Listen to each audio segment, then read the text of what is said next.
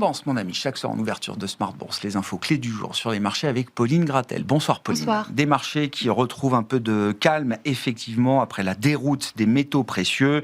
Les indices actions évoluent toutefois prudemment. Oui, en Europe, le Stoxx 600 a tout de même inscrit un record ce matin avant de se retourner à la baisse.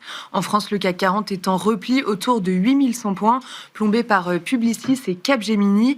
Publicis plonge de plus de 10% après sa publication.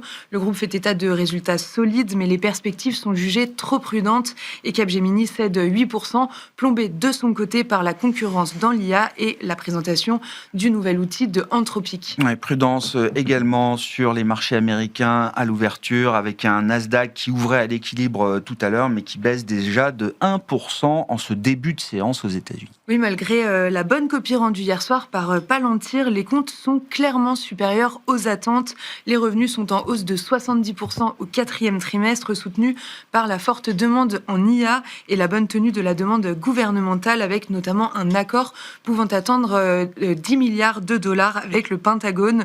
Les prévisions sont solides, la publication est saluée. Le titre bondit de 7% dans les premiers échanges et l'action a gagné 80% l'année dernière. Ouais, au-delà de Palantir, on attend une centaine de publications au sein du S&P 500 cette semaine, dont Pfizer qui publiait aujourd'hui. Oui, malgré un repli des revenus au dernier trimestre, Pfizer dépasse les attentes des analystes. La perte nette se chiffre à 1,65 milliard de dollars en 2025 à cause de charges qui ont quasiment doublé.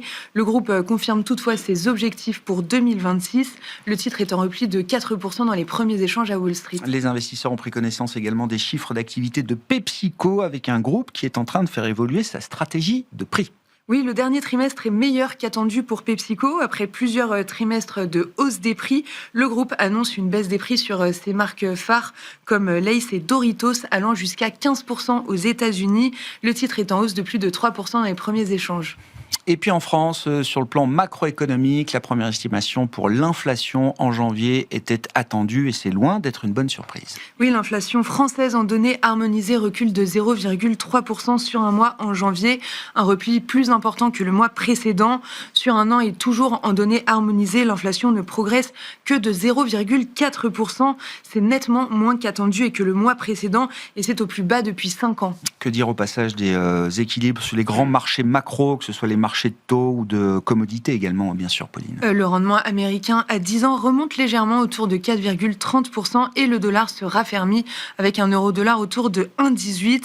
Un point de situation aussi sur les métaux précieux s'impose. L'or rebondit de plus de 6% autour de 5 000 $ et l'argent bondit de son côté de 15% et se rapproche à nouveau de 90 $. Quel sera le programme à l'agenda demain pour les investisseurs ? Les investisseurs attendent demain la première estimation de l'inflation du mois de janvier ainsi que les PMI services de la zone euro. Aux États-Unis, on attend l'ISM Service et l'enquête ADP sur l'emploi privé notamment. Les investisseurs arbitreront demain les résultats d'AMD publiés ce soir. Et demain, la séance sera à nouveau rythmée par les publications. Alphabet, Eli Lilly, Novo Nordisk, Qualcomm, Arm ou encore Uber sont attendus. Tendance, mon ami, chaque soir en ouverture de Smart Bourse, Pauline Gratel est avec nous et vous apporte les infos clés du jour sur les marchés.